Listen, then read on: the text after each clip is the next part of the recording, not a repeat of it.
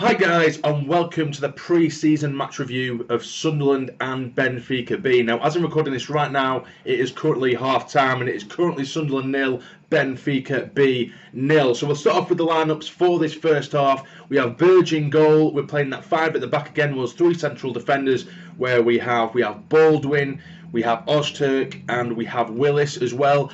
As the sort of right wing back, we have McLaughlin. We have on the left hand side we have Gooch. In the middle we have Robson and Leadbitter, and then as a sort of number 10 slash sort of free roaming role we have Maguire. Then two up top we have Grigg and Charlie White. Now I do quite like the look of this formation. It seems to be working relatively well so far. Defensively we're looking okay. The one thing that I would say about this formation is that I think we need a more energetic central midfielder. Of course, right now we have Robson and Leadbitter in there. Leadbitter's playing his role relatively well. When he is getting the ball, he's making use of it, and he's spraying the ball here, there, and everywhere. Robson's relatively similar. He's been quite defensive, which makes it very difficult to make that transition from midfield to the final third, because both Leadbitter and Robson, they're sitting just in front of that back three, and it gives us nothing down the centre, and it gives the opposition a bit too much space. But it is working relatively well. Opening 10 minutes, it was mainly Benfica B, and I must say that, credit to them, they seem like a very decent side indeed. Very technically gifted, bit of pace about them. They move the ball around very, very quickly, and like I say, for the opening 10 minutes, they look very, very decent. Within the opening 5 minutes, they did get themselves a corner. They played the ball in, it was flicked at the near post, it beat Burge, and then it was cleared off the line at the far post. I can't remember exactly who did clear it away, but it was cleared away. Then not too long later, there's a bit of a mix-up at the back. Robson gave away the ball, then they did break through the middle, beat the defence, one-on-one with Burge, who makes a fantastic save, one-on-one with him, so that was great from him. But then we did start to see more of the ball, and we did start to attack a little bit more. Attacks weren't constant as we might like to see in pre-season, but every now and then we were picking up a little chance. And our first chance, about 10-15 minutes in, Maguire did break forward. It's about the halfway line, bit audacious effort, but he's hit it from about the halfway line. It's gone over the keeper and just over the bar as well, but that was a sign of things to come. Like I say, we didn't absolutely batter them, but we did start to carve out chances from here on in. Ball was played up to White. He used his strength to manage to push it past his man, but then their goalkeeper come rushing out, so White couldn't really squeeze it past him, and it was saved, sort of, one-on-one with him almost. But he did tighten the angle, it made it really difficult for White, but White did do very, very well to get into that position in the first place. But from that following save, the keeper did save it, went out to the left-hand side, where it did fall to Gooch.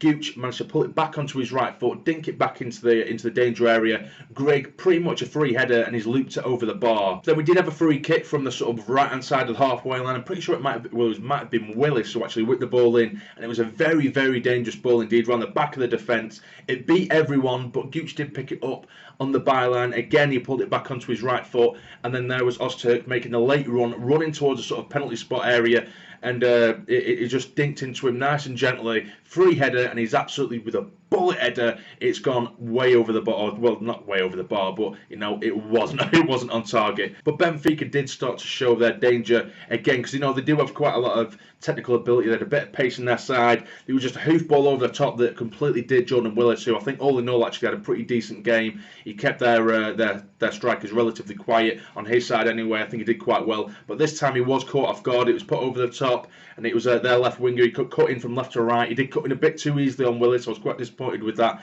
and it was struck very, very well, heading towards that bottom right-hand corner, but Burge got down really well and held the ball. It was an excellent save, I have to say. He held the ball really well from an effort that's, hard and low. It's a very difficult save to make, and he made it look relatively simple. So, Burge has impressed me so far. McLaughlin on that right wing-back position, I think he was absolutely excellent. So many fantastic challenges. I would say there's been a couple of times where he held onto the ball a little bit too long, but I think that's because we need that other energetic midfielder, because, like I say, as soon as the right wing-back breaks forward, he needs someone to come in and ask for the ball, because he's got nowhere to go. There's been a few times where he's brought down that right, and he's getting crowded out by Benfica players, and there's no one to give the ball to, so he just loses it.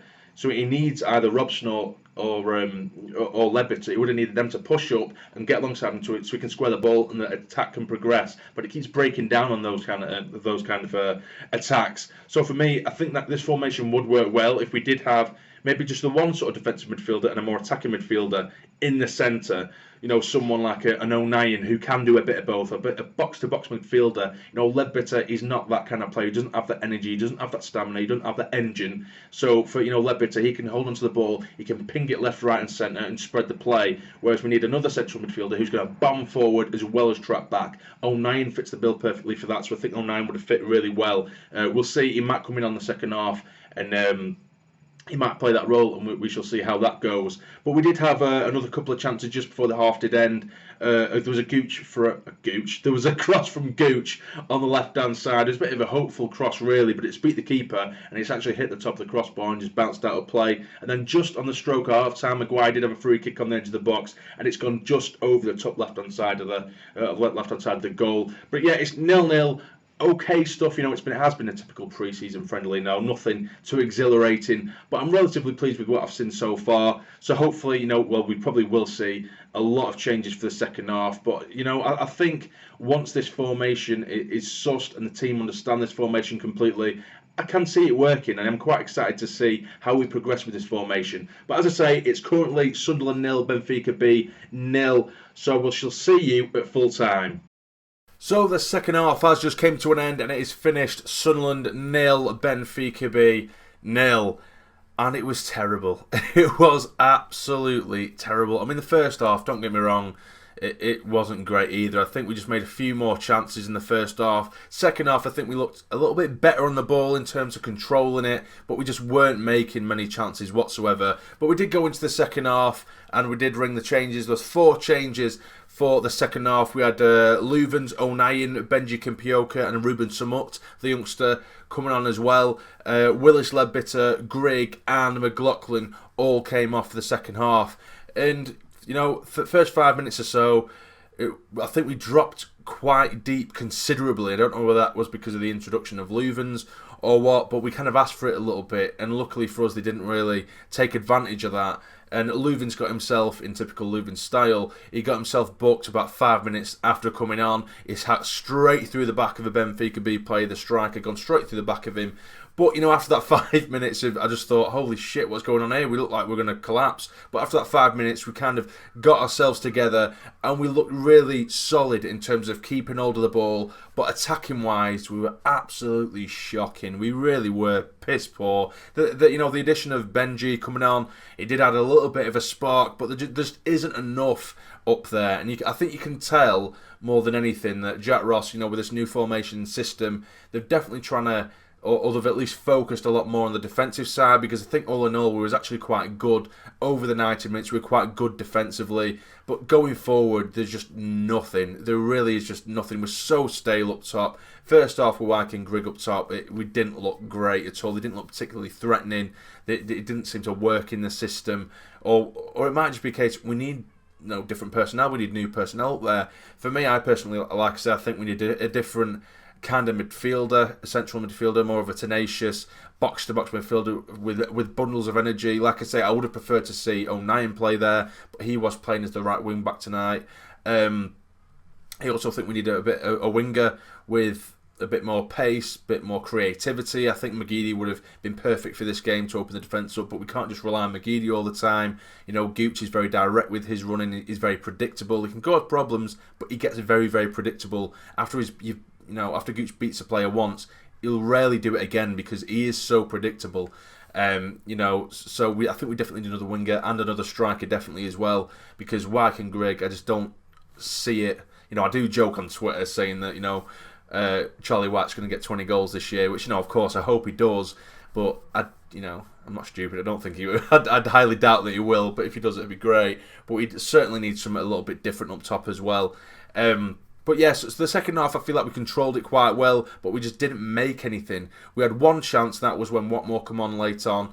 He managed to beat the offside trap, 1-on-1 with the keeper. He's thrashed it past the keeper, and it's ballooned off the bar into the air, and it dropped for Samut at quite a tight angle, but he couldn't quite get it across the line. It was, he didn't get enough on the ball, and it was smothered on the line by the keeper. But I will say about Samut, I was quite impressed with him.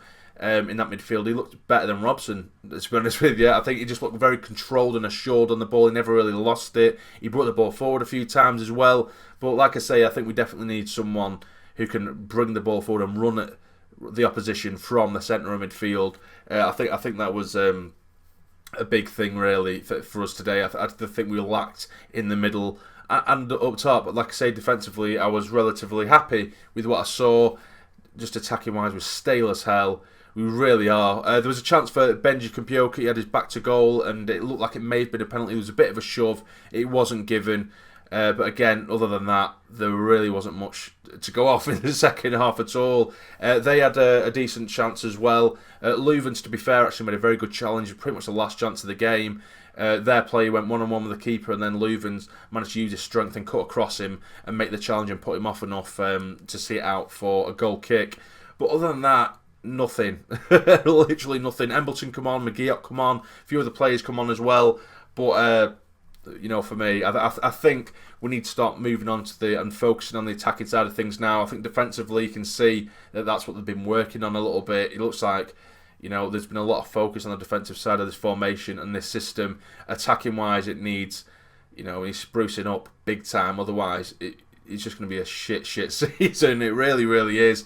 I'm hoping that we do get some new bodies in, even if it is just 2 or 3 players, like I say, in more attacking roles. There is rumours that Ben Hennigan, a defender who was on loan at Blackpool from Sheffield United last season, there's rumours that we're in for him. I think Reading are also in for him, or we've at least inquired about his availability, and I think that would be a fantastic acquisition to really solidify our defence, because he's a really big brick shithouse, 6'5", Ben Hennigan, but whether that is true, that remains to be seen. But like I said, I think we do need to focus on the more attacking areas now, and I'm hoping that is the case before the season does start in just over 2 weeks. But that is it, guys. 0-0, very, very underwhelming. Defensively solid. Attacking wise, we definitely need some more creativity up there. But that'll be it. It finished 0-0, guys. I hope you have enjoyed, and if you have, please hit that like button for me. It'd be massively, massively appreciated. And subscribe to the channel if you're not already to become a fully fledged member of the Sarny Army. But for now, you take care and stay jamming.